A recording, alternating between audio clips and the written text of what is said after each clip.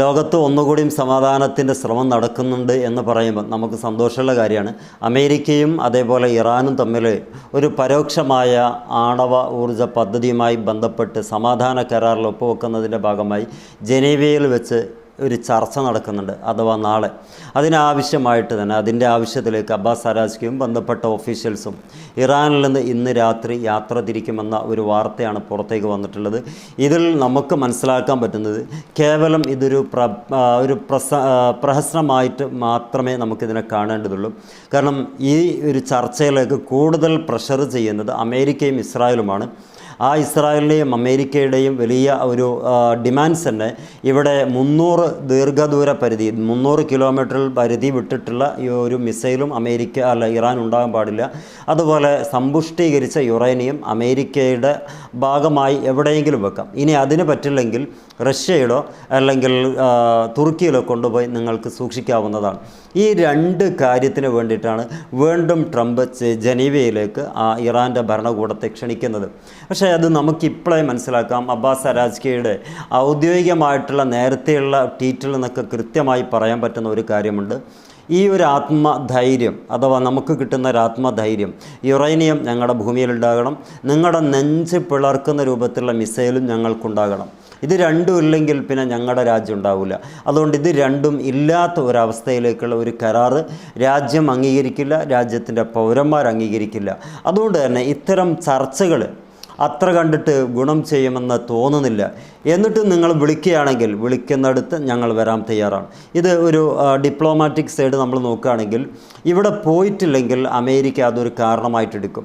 അത് വെച്ച് യുദ്ധത്തിലേക്ക് ഇറങ്ങിയാൽ ലോകത്തിൻ്റെ ഏറ്റവും വലിയ സിമ്പതി അമേരിക്കയ്ക്ക് കിട്ടും. കാരണം ഇറാൻ ഭരണകൂടത്തെ വിളിച്ചിട്ട് വരാത്തത് കൊണ്ടാണല്ലോ അമേരിക്ക ഇപ്പം സൈനികമായിട്ട് ഇടപെടേണ്ടി വന്നത് എന്ന ഒരു വലിയ ഒരു പരസ്യം അമേരിക്ക കിട്ടും. അതോടൊപ്പം തന്നെ അമേരിക്ക പകുതി ജയിച്ച രൂപത്തിലാവുകയും ചെയ്യും.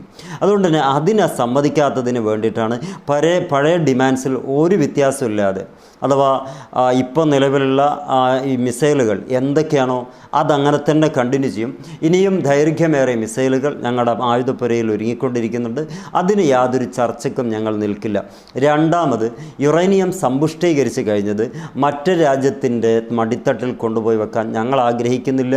ഞങ്ങളുടെ നാട്ടിൽ ഞങ്ങളുടെ രാജ്യത്ത് തന്നെ അത് സ്വസ്ഥമായി കിടന്നുറങ്ങട്ടെ, അഥവാ അത് അവിടെ തന്നെ സൂക്ഷിക്കട്ടെ.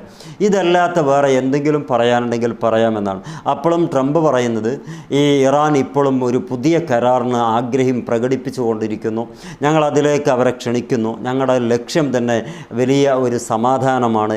ഈ ട്രംപ് സൗദിക്ക് ഈ ഒരു പുതിയ ആണവായുധം ഉണ്ടാക്കാനുള്ള അനുമതി ഏറെക്കുറെ കൊടുക്കുകയും അതേ സംഭവം ഉണ്ടാക്കിയോ അല്ലെങ്കിൽ ഉണ്ടാക്കുന്നുണ്ടോ എന്ന ഒരു പ്രത്യേകം പരിശോധന നടത്തി ഉറപ്പില്ലാത്തൊരു വിഷയത്തിൻ്റെ മേൽ യുദ്ധത്തിന് കോപ്പുകൂട്ടുകയും ചെയ്യുന്ന ഒരു ഇരട്ടത്തല, എന്താ പറയുക, ഓന്തിൻ്റെ ശൈലിയുള്ള ഒരു ട്രംപിനെയും ഭരണകൂടത്തെയുമാണ് നമ്മൾ കാണുന്നത്. ഇതിൻ്റെ ലക്ഷ്യം ഇറാനെ അങ്ങേയറ്റം ആക്രമിച്ച് പരാജയപ്പെടുത്തുക, എന്നിട്ട് ഗ്രേറ്റർ ഇസ്രായേൽ സാധ്യമാക്കുക. അതിലപ്പുറം ഇവരുടെ ഏതെങ്കിലും മിസൈലുകളുടെ കാര്യത്തിലോ അല്ലെങ്കിൽ ആണവായുധങ്ങളുടെ കാര്യത്തിലോ ഒന്നുമല്ല അമേരിക്കയുടെയും ഇസ്രായേലിൻ്റെയും ലക്ഷ്യം. കാരണം അങ്ങനെ ഒരു ആണവായുധം ഉണ്ടാവുകയാണെങ്കിൽ സൗദിക്കത് പാടില്ലല്ലോ. സൗദിക്ക് അങ്ങോട്ട് സപ്പോർട്ട് ചെയ്തിട്ടാണ് ഈ മിഡിൽ ഈസ്റ്റിൽ സമാധാനം സ്ഥാപിക്കണമെങ്കിൽ ഈ സൗദി ഒരു ആണവായുധ രാജ്യമായി മാറണമെന്ന് ട്രംപ് അങ്ങോട്ടേക്കാണ് ആവശ്യപ്പെടുന്നത്.